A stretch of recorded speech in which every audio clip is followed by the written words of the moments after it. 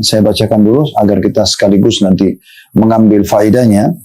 Dan dalam riwayat Al-Baihaqi disebutkan bahwasanya Nabi SAW bersabda, "Ma min amalin azka 'inda Allah wa la 'azama ajran min khairin ya'maluhu fi ashril adha." Qila wala al-jihadu fi sabilillah, qala wala al-jihadu fi sabilillah illa rajulun kharaja bi nafsi wa mali falam yarji' min dhalika bi syai'. Terjemahnya, tiada suatu amal pun yang lebih suci di sisi Allah dan lebih besar pahalanya daripada kebajikan yang dilakukannya pada 10 hari pertama Idul Adha. Ditanyakan kepada beliau, tidak juga berjihad di jalan Allah? Maka beliau SAW mengatakan, tidak juga berjihad di jalan Allah, kecuali seseorang yang keluar berjihad dengan jiwa dan hartanya lalu tidak kembali darinya dengan sesuatu apapun. Perawi berkata, maka dari itu Sa'id bin Jubair apabila 10 hari pertama Zulhijjah tiba, beliau sangat serius bersungguh-sungguh beramal saleh hingga hampir-hampir beliau tidak mampu lagi melakukannya. Riwayat ini, teman-teman sekalian, mirip-mirip dengan riwayat-riwayat yang lainnya ya, termasuk riwayat nomor 2, riwayat nomor 3, karena ada 3 urutan hadis di sini, dan hadisnya tentu lebih daripada itu, karena urutan nomor 1 ada 1A dan 1B, nomor 3 juga ada 3A dan 3B.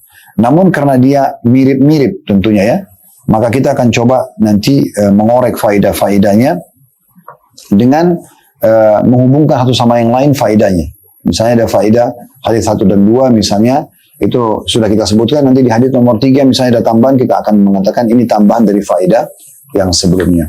Baik, kita langsung saja mengambil faedah yang bisa diambil dari hadis 1A dan 1B ini ya. Disebutkan yang pertama faedahnya, atau bisa kita jadikan sebagai faedah yang pertama, pentingnya seseorang mengenal bulan-bulan hijriyah. Bulan-bulan hijriyah. Karena bulan Zulhijjah bagian daripada bulan Hijriyah yang harusnya kita tahu sekarang Anda berada di bulan yang mana. Karena ada 12 bulan, dari bulan Muharram, Safar, Rabiul Awal, Rabiul Tsani, Jumadil Ula, Jumadil Tsani, Rajab, Sya'ban, Ramadan, Syawal, Zulqa'dah, Zulhijjah, ada 12 bulan. 12 bulan ini memang kita harus tahu karena Allah menyebutkan dalam surah At-Taubah, surah nomor 9 ayat 36. Inna iddatash syuhuri 'inda Allah 12 syahran fi kitabillah yauma khalaqas samawati wal ard minha arba'atun hurum. Ya. Dzalika dinul qayyim. Fala tadrim fi anfusakum wa qatilul musyrikina kafatan kama yuqatilunakum kafa wa 'alamu anna Allah ma'al muttaqin. Yang artinya ayat ini, sesungguhnya di sisi Allah Subhanahu wa taala ada 12 bulan sudah Allah tentukan. Tadi sudah saya sebutkan. Muharram bulan pertama, Safar bulan kedua, Rabiul Awal bulan ketiga, Rabiul Tsani bulan keempat, ya, Jumadil Ula bulan kelima, Jumadil Tsani bulan keenam, Rajab bulan ketujuh, Sya'ban bulan kedelapan, Ramadan bulan ke-9, Syawal bulan ke-10, Zulqa'dah bulan ke-11 dan Zulhijjah bulan ke-12 ya. Dan Allah mengatakan sesungguhnya di sisi Allah SWT 12 bulan sudah ditentukan dari semenjak penciptaan langit dan bumi. Di antaranya ada 4 yang dimuliakan. Maksudnya kata Imam Qurtubi rahimahullah, yang beramal soleh di 4 bulan ini akan dilipat gandakan balasan pahalanya, dan kalau berbuat dosa juga akan dilipat gandakan hukumannya. Dan kata Nabi SAW, 4 bulan ini adalah Rajab, Madharun baina Jumadi wa Sya'ban, bulan Rajab atau bulan ke-7 yang berada di antara bulan Jumadi dan bulan Sya'ban, wa thalathu mutawaliyat, dan 3 bulan berturut-turut, yaitu Zulqa'dah, Zulhijjah dan bulan Muharram. Allah mengatakan itulah ajaran agama yang lurus. Maka jangan kalian zalimi diri kalian khususnya di 4 bulan ini, karena akan lebih berat hukumannya. Dan perangilah orang-orang musyrik secara keseluruhan sebagaimana mereka memerangi kalian, dan ketahuilah Allah bersama dengan orang-orang yang bertakwa. Dan memang ini bulan yang ditentukan oleh Allah dari semenjak penciptaan langit dan bumi yang harus kita tahu. Jadi kalau Anda beli tanggal, kalender atau apalah ya, baik itu sifatnya apakah itu seperti ini misalnya yang table, mungkin ada yang dinding ya, ada yang mungkin yang digital ya, semuanya itu usahakan ada hijriahnya sehingga Anda tahu oh ternyata kita sekarang berada di tanggal sekian Masehi dan tanggal sekian Hijriah, karena Masehi memang negara kita menggunakan perhitungan Masehi, tapi di Islam ada Hijriah. Kenapa kita harus tahu bulan-bulan Hijriah? Karena sangat berhubungan dengan ibadah-ibadah kita. Nah di antaranya apa yang kita akan sebutkan pada kesempatan ini, gitu kan? Kita langsung masuk ke faedah kedua adalah keutamaan 10 awal bulan Zulhijjah. Nah, ini yang menjadi inti bahasan kita. Karena kata Nabi SAW tidak ada hari-hari sepanjang tahun di mana semua jenis amal saleh lebih Allah cintai, maksudnya lebih besar pahalanya, ya, lebih cepat mengangkat derajat di surga, lebih cepat bisa mengampuni dosa-dosa, gitu kan, dibandingkan amal yang dikerjakan di 10 awal bulan Zulhijjah. Jadi saking besarnya keutamaannya sampai sahabat penasaran. Mereka mengatakannya, Rasulullah, jihad di jalan Allah, keluar meninggalkan keluarga, pekerjaan, bisa ditawan oleh musuh, bisa mati, ya. Itu juga yang sangat besar keutamaannya. Juga belum bisa mengalahkan makna hadisnya. Amal saleh yang kami kerjakan di 10 awal bulan Zulhijjah, walaupun itu sunnah, itu makna hadisnya. Maka kata Nabi SAW, ya, jihad pun belum bisa mengalahkan semua jenis amal saleh yang dikerjakan di 10 awal bulan Zulhijjah, kecuali ada satu yang bisa menyamainya atau mengalahkannya, yaitu seseorang yang keluar berperang, membawa seluruh hartanya, membawa juga jiwanya. Dia ikut berperang, harta juga semua dibawa, diinfakkan di jalan Allah. Kemudian dia tidak membawa pulang keduanya. Maksudnya dia mati syahid, hartanya juga habis semua diinfakkan di medan perang. Baru bisa menyamai semua jenis amal salih walaupun sunnah yang dikerjakan di 10 awal bulan Zulhijjah. Jadi kayak misalnya mengucapkan subhanallah aja sekali.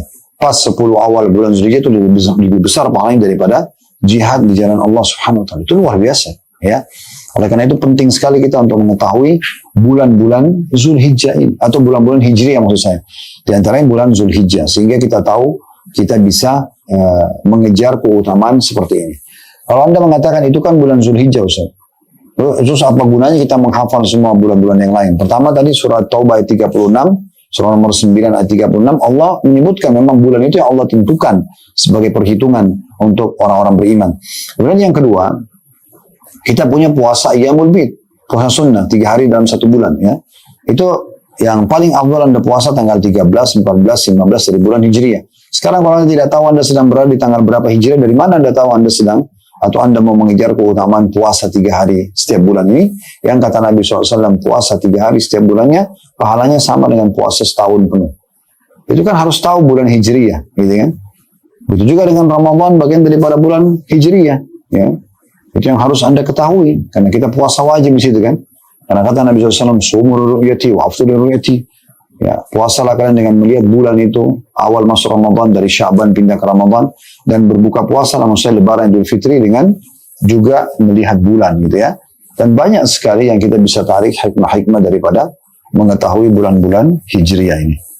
Di hadis kedua, ya, ada penekanan tentang amal itu, ya. Karena di sini hadis pertama, ma min ayyamin al-amalus salihu fiha. Tidak ada hari-hari di mana sepanjang tahun di mana amal-amal saleh, ya, di dalamnya, gitu kan? Kalau hadis itu 1A, 1B-nya, ma min amalin azqa indallahi wala a'zama ajran. Tidak ada, ya, amal yang paling suci dan yang paling besar pahalanya dibandingkan amal-amal ya'maluhu fi ashril adha. Dibandingkan amal yang dikerjakan seorang di 10 awal pertama hari Idul Adha. Idul Adha 10 Zulhijjah. Mulai tanggal 1 sampai tanggal 10. Ini hari-hari yang paling luar biasa. Berarti rincian dari apa yang kami sampaikan tadi, ya.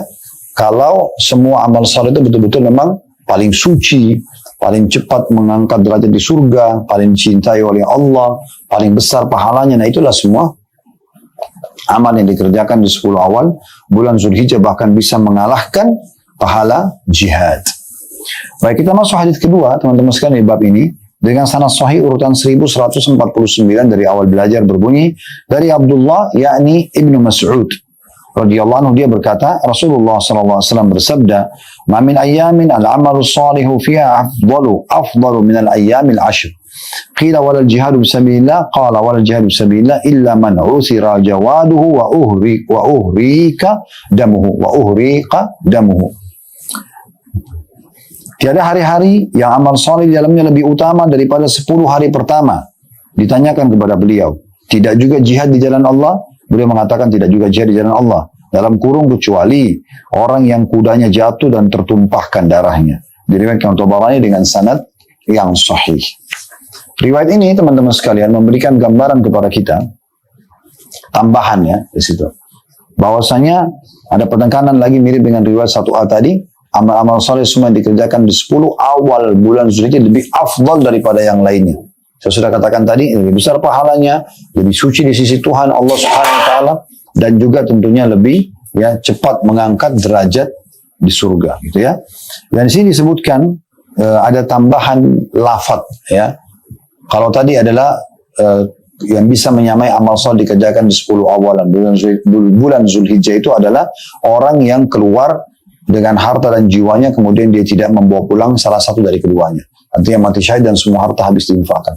Kalau riwayat 2 ini dikatakan illa man utsira jawaduhu, kecuali orang yang kudanya jatuh, wa uhri qadamu, dan tertumpah darahnya. Maksudnya mati syahid.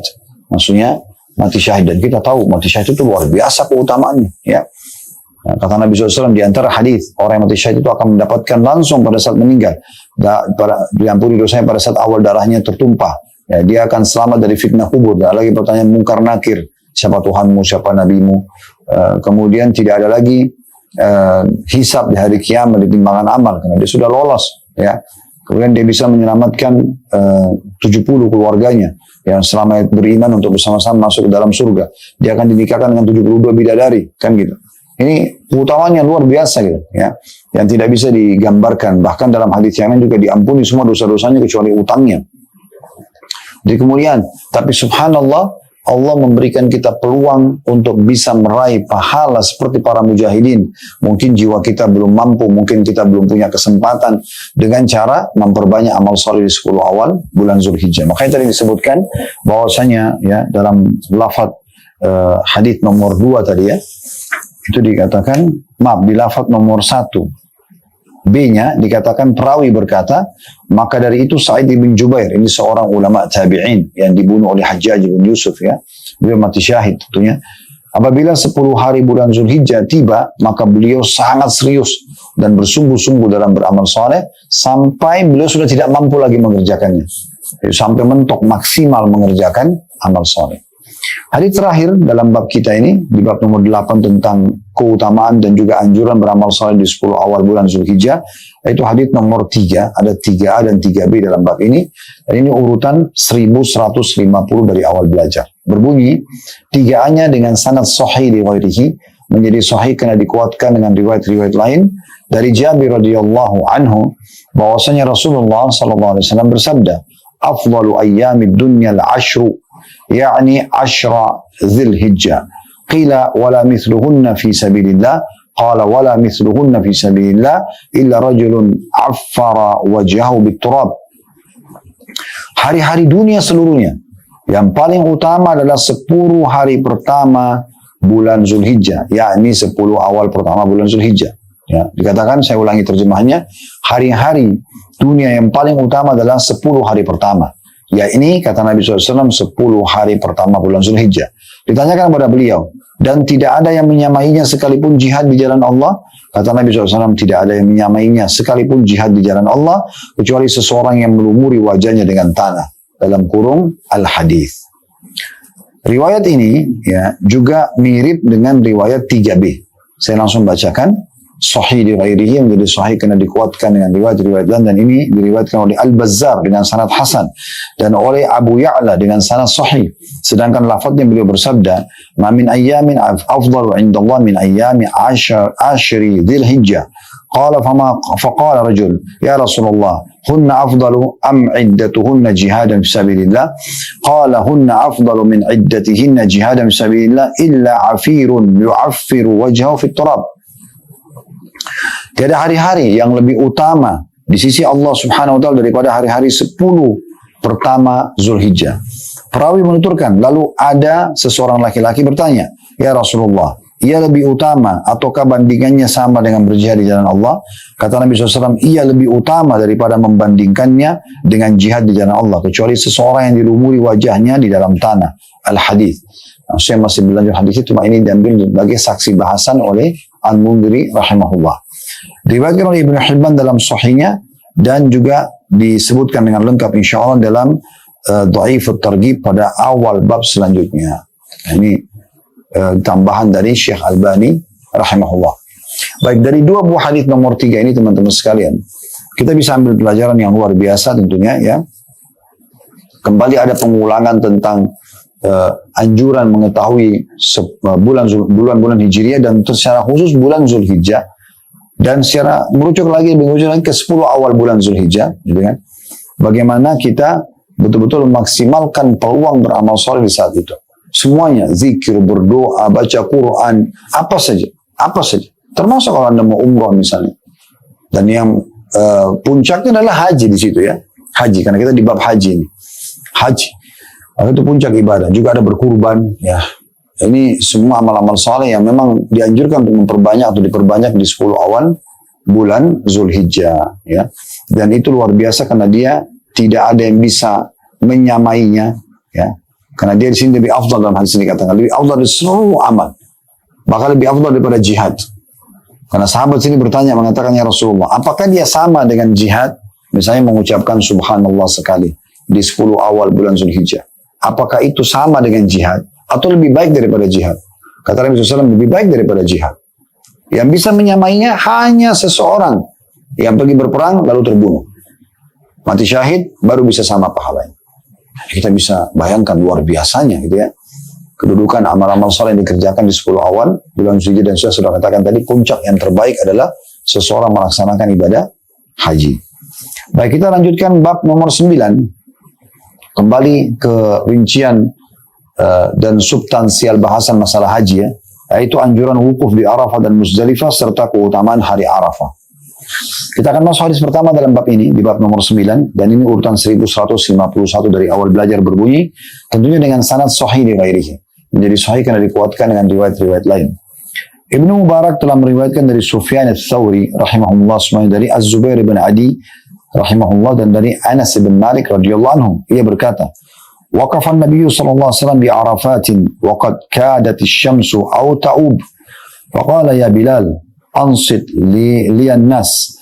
Faqama Bilal faqala ansitu li Rasulillah sallallahu alaihi wasallam fa ansata an-nas.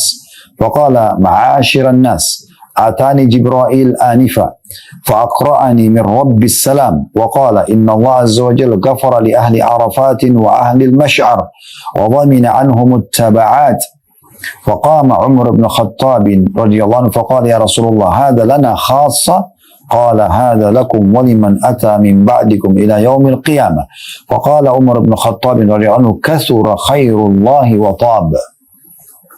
Terjemahannya, kata Anas bin Malik radhiyallahu anhu, Nabi SAW suatu hari pernah wukuf di Arafah di musim haji sedangkan matahari hampir terbenam. Karena kalau suatu terbenam matahari, saatnya meninggalkan lokasi Arafah. Lalu beliau bersabda, hai Bilal, suruh orang-orang diam untuk mendengarku. Maka Bilal pun bangkit dan berseru, diamlah kalian untuk mendengar Rasulullah SAW. Maka orang-orang pun diam mendengarkan. Lalu Nabi SAW bersabda, wahai sekalian manusia, tadi Jibril datang kepadaku. Lalu ia menyampaikan salam untukku dari Rabbku. Dan ia berkata, sesungguhnya Allah Azza wa Jalla telah mengampuni orang-orang yang berada di Arafah dan orang-orang yang berada di Masy'ar atau di Muzdalifah.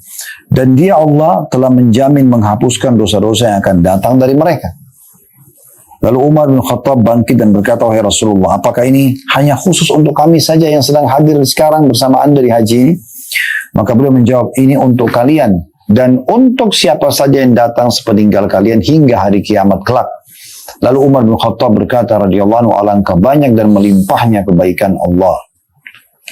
Hadis ini luar biasa ya, hadis yang agung sekali. Sebenarnya kalau kita dengar hadis seperti ini teman-teman, niatkan dalam hati supaya kita termasuk orang yang dimudahkan untuk bisa mengerjakan ibadah haji setiap tahun kalau perlu. Karena keutamanya luar biasa, luar biasa. Saya pernah mendengarkan cuplikan seorang ulama di Saudi yang berceramah tentang haji. Dia mengatakan, saya kalau lihat jemaah haji datang, apalagi kalau orang yang sudah sangat tua, betul-betul saya melihat bagaimana rahmat Allah datang kepada mereka. Karena Allah subhanahu wa ta'ala seakan-akan memang menginginkan mereka diampuni di akhir-akhir hidup mereka.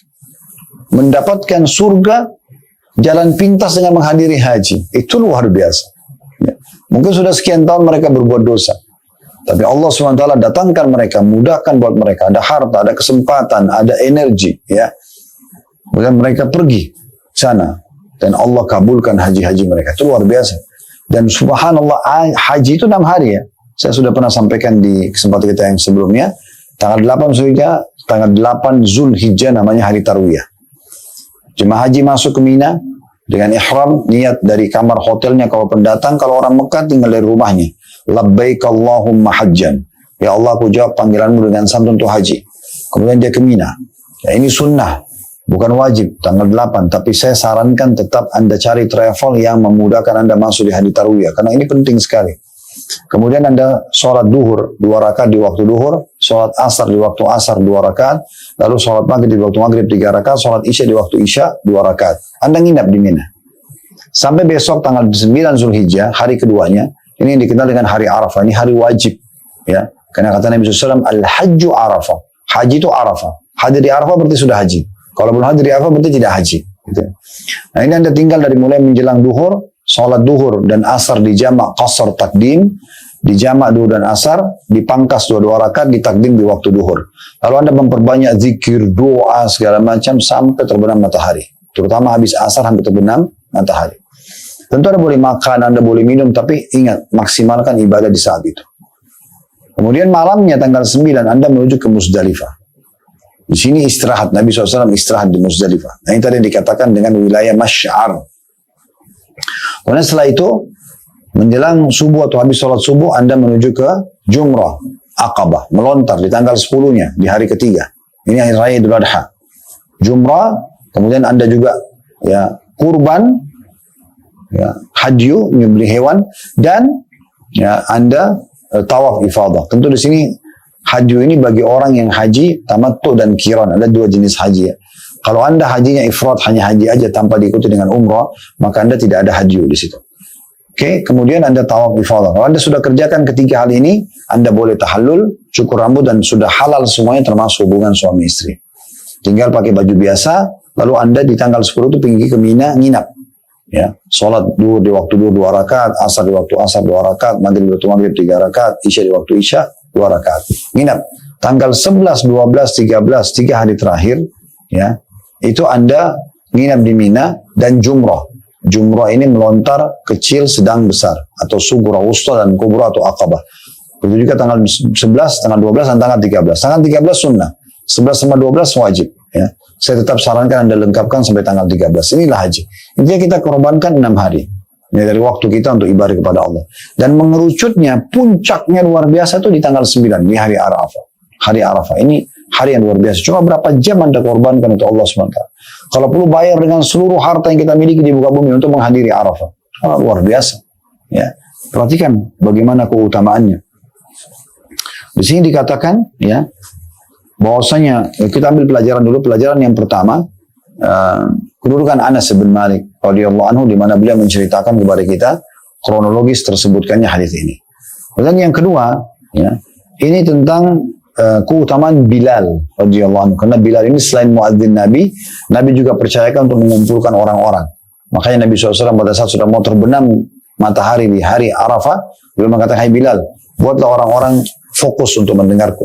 Maka Bilal pun mengangkat suara sambil mengatakan, "Dengarkanlah Rasulullah sallallahu alaihi wasallam." Maka orang pun mendengarkan. Ini berarti menandakan semua orang kumpul, Bilal panen pahalanya. Apapun yang Nabi sampaikan dan akhirnya mereka faham dan mereka amalkan, termasuk kita hari ini mempelajari hadis ini, Bilal dapat pahalanya karena beliau terlibat dalam memanggil orang-orang. Pelajaran yang ketiga yang bisa diambil adalah tentang pentingnya seseorang muslim mendengar dan patuh kepada Allah dan Rasulnya. Diambil dari potongan sabda Nabi SAW, ya, "Ansit lian nas," buatlah orang-orang mendengarku. Walaupun ini perintah seakan-akan di saat itu, tapi memang kita dianjurkan untuk ati'ullah wa ati'ur rasul, kata Allah dalam Al-Quran. Taati Allah dan taati Rasul. Gitu kan. Kemudian yang keempat, pelajaran yang bisa diambil adalah kedudukan orang yang, atau adanya malaikat Jibril yang membawa wahyu kepada Nabi SAW. Dan ini memang tugas beliau alaihissalatu wassalam untuk menyampaikan wahyu kepada para nabi-nabi. Ya. Yang kelima, yang bisa diambil adalah adanya salam dari Allah Subhanahu wa taala untuk Nabi Muhammad sallallahu alaihi wasallam. Ya. Jadi sampaikan salam, dan ini bagian daripada yang dibolehkan. Kita bisa mengatakan titip salam ya buat si fulan misalnya. Itu dibolehkan, ya. Allah SWT mengirim salam kepada Nabi sallallahu alaihi wasallam. Dia mengatakan tadi Jibril datang kepadaku dan mengirimkan salam, sampaikan salam dari Tuhanku. Kemudian selanjutnya yang ketujuh kalau tidak salah ya, mudah-mudahan saya tidak keliru, yang ketujuh adalah kedudukan ahli Arafah. Yang hadir di Arafah sama juga Muzdalifah. Karena orang yang hadir di dua tempat ini diampuni oleh Allah subhanahu wa ta'ala. Dikatakan sini, Allah telah menjamin menghapus dosa-dosa mereka. Satunya yang kedelapan faedah yang bisa diambil adalah kedudukan Umar bin Khattab radhiyallahu anhu. Jadi saking cerdasnya Umar, beliau penasaran ingin tahu, ini berita baru, masih fresh, Allah langsung kirim salam kepada nabinya, Jibril menemui Nabi Muhammad SAW di tempat itu, Nabi Muhammad SAW sampaikan langsung di waktu itu, tidak ditunda. Maka dipastikan, ini kalian hadir di Arafah sekarang, diampuni dosa kalian ini. Sama dengan sebentar ke Muzdalifah juga. Maka Umar bin Khattab mengatakannya, Rasulullah, ini khusus buat kami saja, yang sekarang hadir haji bersama anda. Ini pertanyaan penting sekali ya. Kalau Umar tidak tanya, kita tidak tahu. Subhanallah, tapi Umar tanya dengan izin Allah SWT. Maka Nabi SAW, bukan. Untuk siapapun yang datang setelah kalian sampai hari kiamat nanti, tetap semuanya akan mendapatkan yang sama. Semua orang yang hadir di Arafah dan Muzdalifah akan diampuni dosa-dosanya. Ini luar biasa. Makanya Umar bin Khattab mengatakan, sungguh telah melimpah ya karunia Allah Subhanahu wa taala dan kebaikannya. Bagaimana luar biasa ya. Allah Subhanahu wa taala memaafkan dengan hadir di Arafah hanya berapa jam dari sebelum zuhur sampai maghrib. Kemudian diampuni dosa-dosanya. Makanya saya sarankan teman-teman yang sedang haji, jangan sibuk saja di sini tidur, makan, bukan tidak boleh, tapi janganlah sia-siakan hari Arafah. Dan di hari Arafah yang paling afdal adalah doa. Walaupun anda mau baca Quran atau anda mau baca, tetap lebih afdal adalah doa. Perbanyak doa di saat itu. Anda tinggal mulai dengan Alhamdulillah wassalatu wassalamu ala Rasulillah, kemudian anda masuk ke dalam doa anda. Hadis kedua dalam bab ini tentang keutamaan Arafah dan Muzdalifah dengan sanad sahih urutan 1152 dari awal belajar berbunyi dari Abu Hurairah radhiyallahu anhu, dari Rasulullah sallallahu alaihi wasallam beliau bersabda, "Inna Allah yubahi bi ahli Arafatin ahla as-sama' fa yaqulu lahum unzuru ila ibadi ja'uni syu'than ghubra." Sesungguhnya Allah ya membangga-banggakan orang-orang yang wukuf di Arafah di hadapan para malaikat atau penghuni langit, di mana Allah berfirman kepada mereka, "Lihatlah hamba-hambaku, mereka datang kepadaku dengan rambut kusut lagi penuh dengan debu." Diriwayatkan oleh Ahmad dan Ibnu Hibban dalam sahihnya, juga oleh Al-Hakim, dan dia berkata sahih berdasarkan syarat Bukhari dan juga Muslim. Dalam riwayat nomor 3 mirip dengan ini, maka saya bacakan sekaligus tentunya ya. Dengan hadis sanadnya hasan sahih urutan 1153 dari awal belajar berbunyi dari Abdullah bin Amr bin As radhiyallahu anhuma. Nah, karena Abdullah sahabat, Amr bin As sahabat juga, kita mengatakan radhiyallahu anhuma. Anhuma maksudnya dua orang ya. Bahwasanya Rasulullah SAW bersabda, Inna Allah Azza wa Jalla yubahi malaikata wa ashiyata arafata bi ahli arafah fayaqul unzuru ila ibadi syu'san gubra. Sungguhnya Allah Azza wa Jalla membangga-banggakan orang yang wukuf di Arafah di kala senja Arafah di hadapan para malaikatnya, di mana Allah berfirman, lihatlah hamba-hambaku berambut kusut lagi berdebu. Diriwayatkan oleh Ahmad dan juga Tabarani dalam Mu'jamul Kabir dan Mu'jamul Saghir, dan sanad Imam Ahmad la ba'sa bihi, atau bisa diterima. Riwayat ini teman-teman sekalian, riwayat yang luar biasa, memberikan kepada kita gambaran tentang kedudukan orang yang hadir di Arafah. Yaitu kita ambil satu faedah di sini dari dua buah hadis ini, bagaimana Allah Azza wa Jalla membanggakan, menyebutkan nama-nama mereka di depan para malaikat. Lihat hamba-hambaku itu. Padahal sebenarnya bisa saja yang hadir di Arafah itu mungkin sebelum hadir di Arafah mereka kurang ibadahnya. Ya. Para malaikat justru mulia karena mereka sepanjang diciptakan hidup, maka mereka beribadah kepada Allah Subhanahu wa taala. Allah mengatakan la yafturun, mereka tidak pernah putus asa, tidak pernah berhenti untuk beribadah kepada Allah Subhanahu wa taala. Itu luar biasa sifat para malaikat. La ya'sunallaha ma amara wa yaf'aluna ma yu'marun. Mereka tidak pernah bermaksiat kepada Allah dan tidak pernah melanggar apa yang Allah titahkan. Itu luar biasa kan. Tapi Allah membanggakan kita yang hadir di Arafah di depan para malaikat, seakan-akan Allah mengatakan, lihat hamba-hamba itu datang beribadah kepadaku, walaupun cuma sehari. Malaikat seumur hidupnya beribadah. Bagaimana kedudukan hadir di Arafah di saat itu? Dan uniknya, itu hanya ada di hari Arafah. Kalau hari ini sekarang Anda ke Arafah, Anda tidak dapat keutamaan itu. Harus lagi haji. Tapi kan Ustaz berangkat haji besar biayanya. Kita sudah bahas. di beberapa bab sebelumnya.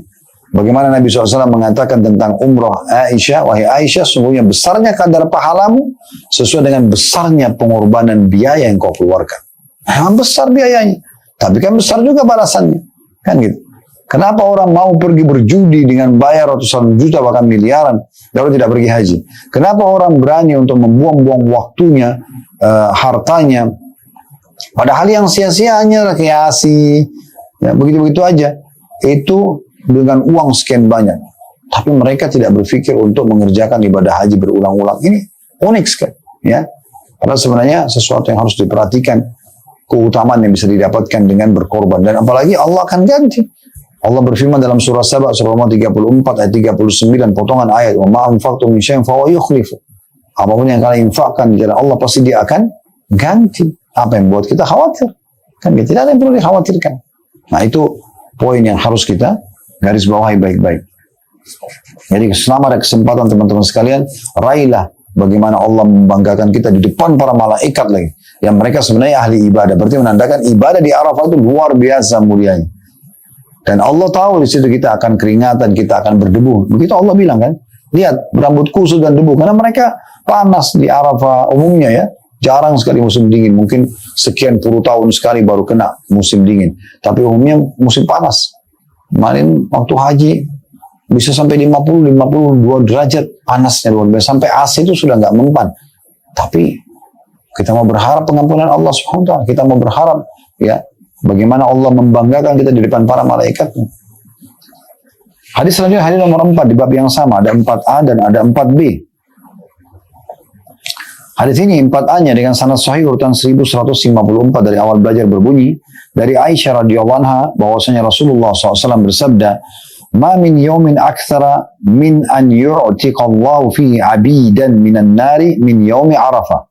Wa innahu la yadnu thumma yubahi bihimul malaika fayaqul ma arada haula." Tiada suatu hari yang pada hari itu Allah lebih banyak membebaskan hamba-hambanya dari neraka daripada hari Arafah. Dan sungguhnya dia Allah benar-benar mendekat lalu membangga-banggakan mereka di hadapan para malaikat, di mana dia berfirman apa yang diinginkan oleh mereka. Diriwayatkan oleh Muslim, An-Nasai dan juga Ibnu Majah. 4B-nya sahih di ghairihi, menjadi sahih karena dikuatkan dengan riwayat-riwayat lain. Razin di dalam jami'nya menambahkan Allah subhanahu wa ta'ala berfirman, "Ishhadu malaikati anni qad ghafartu lahum." Saksikanlah wahai para malaikatku bahwasanya sesungguhnya aku telah mengampuni dosa-dosa mereka. Ini luar biasa. Keutamaan Arafah yang susah sekali untuk bisa dipertemukan dengan waktu yang kita anggap tidak ada waktu, atau harta yang kita keluarkan karena dianggap besar misalnya. Tidak ada sama sekali ya, nilainya pengorbanan itu semua dibandingkan apa yang kita dapatkan. Perhatikan hadits ini. Bagaimana 4A dan 4B ya, menjelaskan kepada kita salah satu lagi keutamaan orang hadir di Arafah. Kalau 4A-nya dibebaskan dari api neraka. Dihapus namanya dari api neraka. Bahkan kata Nabi SAW, tidak ada hari yang paling banyak Allah bebaskan hamba dari api neraka dibandingkan hari Arafah. Artinya, yang paling banyak bebas dari api neraka yang hadir di Arafah di saat itu. Semoga Allah mudahkan kita seterusnya hadir di Arafah ya, dengan hikmah, dengan caranya Allah SWT gitu kan, sampai menjelang ajal datang nanti kita tetap maksimalkan untuk hadir di Arafah. Kemudian Allah mendekat kepada para malaikat dan mengatakan apa yang mereka inginkan. Jadi ini sebenarnya bahasa ini bahasa bagaimana Allah membanggakan hamba-hamba yang hadir di Arafah. Sebenarnya Allah tahu apa yang mereka inginkan. Mereka datang berdoa. Tapi yang dititik beratkan adalah jawabannya kita sudah tahu semua. Kalau Allah mengatakan apa yang mereka inginkan, tidak ada orang datang ke Arafah kecuali mau beribadah. Ya. Umumnya ya, hanya orang bodoh yang bayar haji mahal, pergi hadir di Arafah lalu kemudian buang-buang waktu apalagi buat maksiat. Ya, saya jarang sekali itu. Bisa dikatakan kecil sekali. Umumnya orang semua pasti, apalagi kalau pergi haji ada manasik dijelaskan ya. Siapa yang haji tidak rafas, mengucapkan kata-kata syahwat kepada lawan jenisnya, ya, yang tidak halal. Suami istri lagi ihram tidak boleh, gitu kan? Tidak fusuk, berbuat kriminal atau dosa-dosa, ya.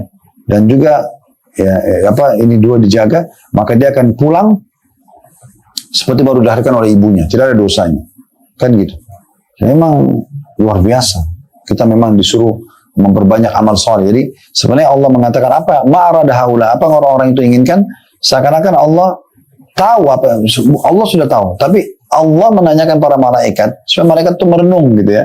Lihat nih, ya hamba-hamba itu. Mereka mau apa sih? Pasti jawabannya karena mereka mau mendapatkan rahmatku, mau mendapatkan pengampunanku, mau diterima hajat-hajatnya sehingga aku penuhi, ya. Makanya di riwayat 4b-nya Allah Azza wa Jalla mengatakan, saksikanlah wahai para malaikat, sesungguhnya aku sudah maafkan dosa-dosa mereka semua. Bersih semua kesalahannya dengan hadir di Arafah. Selanjutnya hadis nomor 5, dan ini hadis terakhir dalam bab kita, dengan sanad hasan urutan 1155 dari awal belajar, berbunyi dari Ibnu Umar radhiyallahu anhu, dia berkata, "Ja'a rajulun minal ansari ila Nabi sallallahu alaihi wasallam faqala ya Rasulullah, kalimatun as'alu anhunna." Faqala ijlis. Wa ja'a rajulun min Thaqif faqala ya Rasulullah, kalimatun as'alu anhunna. Faqala sallallahu alaihi wasallam, sabaqaka al-ansari. Faqala al-ansari, innahu rajulun gharib wa inna lil gharibi haqqan. فابدأ به فأقبل على الثقافي فقال إن شئت أنبأتك عما كنت تسألني عنه وإن شئت تسألني وأخبرك. فقال يا رسول الله بل أجبني عما كنت أسألك. قال جئت تسألني عن الركوع والسجود والصلاة والصوم. فقال والذي بعثك بالحق ما أخطأت مما كان في نفسي شيئا. قال فإذا ركعت فضع راحتيك فإذا ركعت فضع راحتيك على ركبتيك ثم فرج أصابعك ثم اسكن حتى يأخذ كل عضو مأخذه وإذا سجدت فمكن جبهتك ولا تنقر نقرا وصل أول النهار وآخره. فقال يا نبي الله فإن أنا صليت بينهما. قال فأنت إذا مصلي وصم من كل شهر 13 و14 و15. فقام الثقافي ثم أقبل على الأنصاري وقال إن شئت أخبرتك عما جئت تسألني وإن شئت تسألني وأخبرك. فقال لا يا نبي الله أخبرني بما جئت أسألك. قال جئت تسألني عن الحاج ما له حين يخرج من بيته وما له حين يقوم بعرفات وما له حين يرمي الجمار وما له حين يحلق رأسه وما له حين يقضي آخر طواف بالبيت. فقال يا نبي الله والذي بعثك بالحق ما أخطأت مما كان في نفسي شيئا. قال فإن له حين يخرج من بيتي أو راحلته لا تخطو خطوة إلا كتب الله له بها حسنة أو حط عنه بها خطيئة. فإذا وقف بعرفة فإن الله عز وجل ينزل إلى سماء الدنيا فيقول انظروا إلى عبادي شعثا غبرا اشهدوا أني قد غفرت لهم ذنوبهم وإن كانت عدد قطر السماء ورمل العالج. وإذا رمى الجمار لا يدري أحد ما له حتى يوفاه يوم القيامة. وإذا حلق رأسه فله بكل شعرة سقطت من رأسه نور يوم القيامة. وإذا قضى آخر طواف بالبيت خرج من ذنوبك يوم ولدته أمه. Hadis yang panjang lebar tadi saya sengaja bacakan dulu bahasa Arabnya karena memang kita sedang bedah buku ya, sehingga saya tidak memotong-motongnya biar sesuai dengan urutan buku. Setelah bahasa Arab baru kita baca terjemahannya. Terjemahannya kata Ibnu Umar radhiyallahu anhu, dan ini sekaligus kita ambil faedah pertamanya ya sambil baca terjemahnya karena ini cukup panjang ya. Kedudukan Abdullah bin Umar radhiyallahu anhu karena beliau menyampaikan riwayat ini kepada kita. Beliau mengatakan seseorang laki-laki dari kaum Ansar datang kepada Nabi SAW dan berkata, wahai Rasulullah, ada beberapa kalimat yang ingin aku tanyakan. Nabi SAW mengatakan, duduklah. Lalu datang seorang dari suku atau Bani Thaqif, suku yang lain. Kemudian berkata, wahai Rasulullah, ada beberapa kalimat yang ingin aku tanyakan. Maka beliau SAW mengatakan, kamu telah didahului oleh lelaki dari kaum Ansar. Dari sini kita ambil langsung faedahnya ya. Bagaimana teman-teman sekalian pentingnya seseorang bertanya tentang hukum agamanya. Dan dia niatkan ikhlas karena dia ingin mendapatkan pengetahuan ya, sehingga mendapatkan pahala dan keberkahan tentunya. Dan keberkahan karena dia ya menanyakan karena Allah Subhanahu wa taala ingin mendapatkan faedah. Dan ini akan mendatangkan keberkahan yang luar biasa. Keberkahannya adalah dia akan berefek ya faedahnya kepada orang lain, dan selama orang lain mendengar dan mengamalkan dia juga akan panen pahalanya. Di sini orang Ansar dan orang Thaqif datang di depan orang-orang di musim haji dan bertanya. Pertanyaannya ini saking ikhlasnya mereka, ya, saking tulusnya mereka karena ingin mendapatkan ilmu pengetahuan, sampai-sampai di siang ini setelah 1400 tahun lebih, ya, kejadian ini kita masih bisa membahas hadisnya. Masih dinukil oleh para ulama dengan izin Allah Subhanahu wa taala tentang kedatangan kedua orang ini. Kan Nabi SAW bisa saja menyampaikan langsung kan kepada inti permasalahan apa keutamanya sholat, sujud, segala macam sebagaimana nanti kita baca terjemahannya, dan juga apa keutamaan haji. Tapi sini diceritakan rentetannya siapa yang menjadi penyebab disebutkannya hadis ini. Maka ini menandakan Allah Azza wa Jalla memang ingin menjaga informasi ini dan sampai kepada kita dan sampai menjelang hari kiamat nanti. Berarti orang dari Ansar yang datang bertanya dan orang dari Thaqif yang datang bertanya ini akan panen pahala semua orang yang baca hadis ini. Dan juga semua orang yang menyampaikan hadis ini karena mereka yang bertanya, ya. Seperti itulah. Kemudian selanjutnya, lalu laki-laki yang berasal dari kaum Ansar berkata, karena dia bertanya, Nabi suruh duduk, ada juga dari suku Thaqif tadi bertanya, lalu Nabi mengatakan kau telah didahului oleh Ansar. Maksudnya dia dulu bertanya baru kamu. Namun kita bisa lihat ya, ini pelajaran ketiga yang bisa kita ambil. Bagaimana adab dan akhlak seorang muslim untuk saudaranya muslim yang lain. Bagaimana dia memuliakan terutama orang yang lebih membutuhkan, lebih terdesak. Apalagi orang dari jauh datang mau bertanya. Dikatakan di paragraf ketiganya, lalu laki-laki yang berasal dari Ansar itu berkata, sungguhnya dia adalah orang yang asing. Maksudnya bukan tinggal di Madinah, bukan tinggal di Mekah. Suku Thaqif jauh. Dan sungguhnya orang asing mempunyai hak, maka mulailah darinya. Maka orang Ansar mengatakan, ya Rasulullah, walaupun saya lebih dulu bertanya, biarkan Anda dahulukan dia. Ini pelajaran luar biasa, ini akhlak yang baik ya. Mendahulukan saudara muslim dari dirinya sendiri. Dan ini sesuai dengan hadis Nabi SAW riwayat Bukhari Muslim, la yu'minu ahadukum hatta yuhibba li akhihi ma yuhibbu li nafsi. Tidak akan sempurna iman seorang antara kalian sampai dia mencintai untuk saudaranya muslim apa yang dicintai buat dirinya sendiri. Ya. Kemudian ya, Nabi SAW pun menghadap kepada orang dari Thaqif tadi dan bersabda kepadanya, jika kamu mau, aku akan kabarkan kepadamu apa yang kamu tanyakan kepada atau apa yang akan kamu tanyakan kepadaku. Dan jika kamu mau, kamu bertanya, aku akan memberitahukan. Lalu orang itu mengatakan, ya Rasulullah, jawab saja tentang apa yang akan aku tanyakan kepada Anda atau kepadamu. Jadi di sini pelajaran yang lain bisa kita ambil. Kita ambil pelajaran yang keempat tentang mukjizat Allah Subhanahu wa taala yang Allah berikan, atau mukjizat dari Allah Subhanahu wa taala yang diberikan kepada nabinya Muhammad sallallahu alaihi wasallam. Mukjizat yang diberikan kepada nabinya Muhammad sallallahu alaihi wasallam. Yaitu beliau bisa tahu apa yang akan ditanyakan oleh orang sebelum orang itu bertanya. Nah, ini kan luar biasa ya. Keutamaan tersendiri di sini. Ini mukjizat. Ini pelajaran yang keempat. Lalu selanjutnya, ya, pelajaran kelima tentang adab para sahabat kepada Nabi SAW. Bagaimana waktu Nabi tawarkan ini?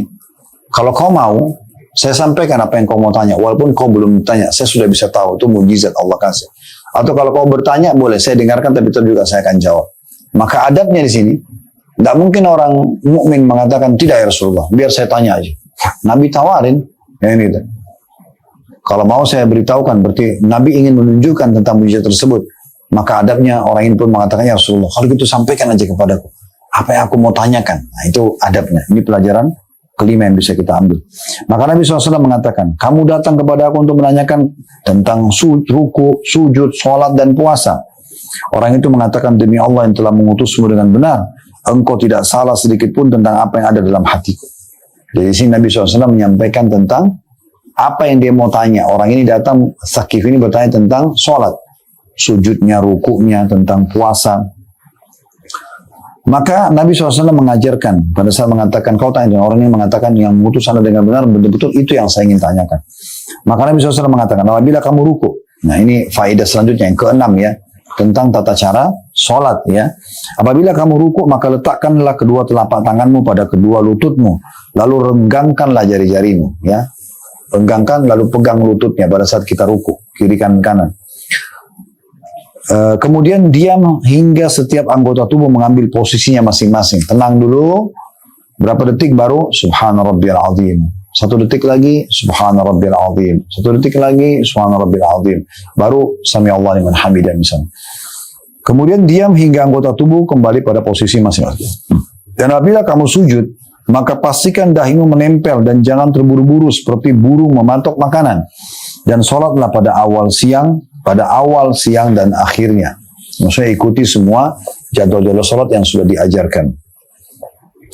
Maka ia berkata, wahai Nabi Allah, bagaimana kalau aku melakukan sholat di antara dua waktu itu, siang atau malam?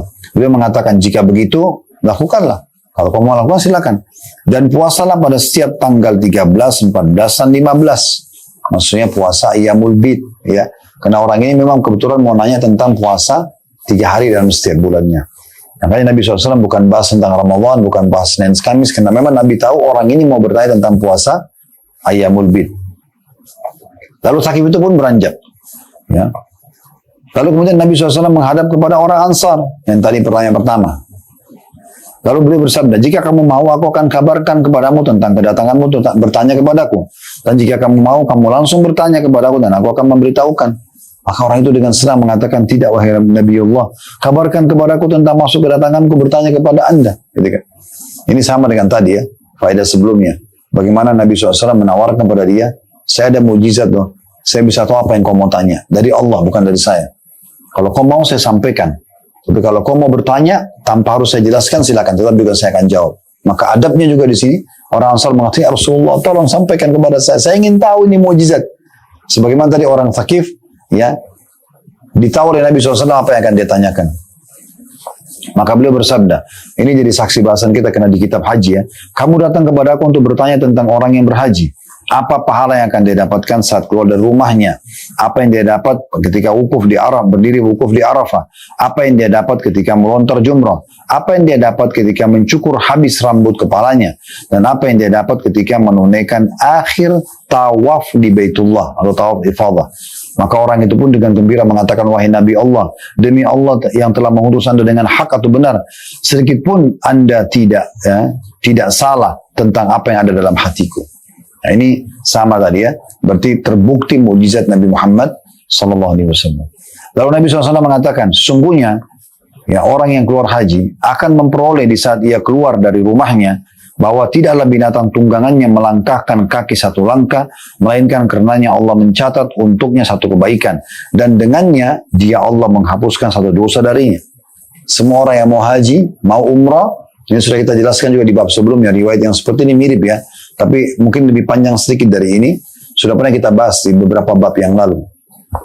Ternyata kalau orang keluar umrah haji, mulai anda pergi daftar di travel, mulai anda ke bandara, naik pesawat, roda mobil kendaraan anda, kalau di masa sekarang roda kendaraan ya, anda naik motor, naik mobil, atau naik pesawat, baling-balingnya, intinya semua perjalanan kita untuk tiba melaksanakan haji dan umrah, semua langkah kaki kita dan hewan tunggangan kita akan dicatat satu pahala, dihapus satu dosa. Gitu. Ini keutamaan yang bisa kita tambahkan. Yang keenam atau yang ketujuh tadi ya, kurang lebih, mohon maaf kalau saya lupa. Ini keutamaan haji ya, yang pertama yang bisa didapatkan, dan ini faedah ke-6 atau 7 dari awal kita belajar. Anggaplah yang ke-7 ya. Baik, yaitu semua langkah kaki kita dan tunggangan kita akan dicatat satu pahala, dihapus satu dosa. Kemudian kita lanjutkan keutamaan yang ke-8 ya. Di sini dikatakan, dan apabila ia sejemaah haji melaksanakan wukuf di Arafah, maka Allah Azza wa Jal turun ke langit dunia lalu berfirman, dia adalah hamba-hambaku berambut kusut lalu berdebu ya, atau lagi berdebu. Saksikanlah bahwasanya aku telah mengampuni dosa-dosa mereka sekalipun sebanyak jumlah curah hujan dari langit dan seperti pasir yang menggunung dan dan seperti pasir yang menggunung. Ini faedah yang ke-8, bahwasanya orang yang hadir di Arafah diampuni semua dosanya. Riwayat ini walaupun seperti jumlah tetesan air hujan, jumlah pasir yang menggunung. Dalam riwayat yang sebelumnya kita pelajari, sejumlah tetesan air yang turun, ya, sejumlah butiran pasir di muka bumi, dan sejumlah buih di lautan. Tetap Allah maafkan semua dosa-dosanya. Berarti luar biasa pengampunan dosanya. Ya. Ini faedah yang ke-8. Faedah yang ke-9 tentang masalah jumrah. Dan apabila jemaah haji itu ia melontar jumrah, maka tidak seorang pun yang tahu pahala yang didapatkan hingga ia nanti akan diberi pahala ya tersebut nanti pada hari kiamat. Maksudnya jumrah itu pahalanya besar. Nanti kita akan pelajari pertemuan akan datang insya Allah bab khusus ya, bab khusus. Dan ini ada di bab nomor 10 nanti, anjuran melontar jumrah. Nanti akan kita jelaskan panjang lebar, banyak hadis-hadis di situ ya. akan mendapatkan cahaya hari kiamat pada saat menjumroh. Setiap satu jumroh menggugurkan satu induk dosa besar. Itu banyak sekali keutamaannya. Ya. Nah ini faedah yang bisa diambil bahwasanya jumroh itu memiliki juga keutamaan yang besar. Faedah ke-9 tentang apabila ia mencukur rambutnya, maka setiap helai rambut yang terjatuh dari kepalanya akan membuahkan cahaya pada hari kiamat.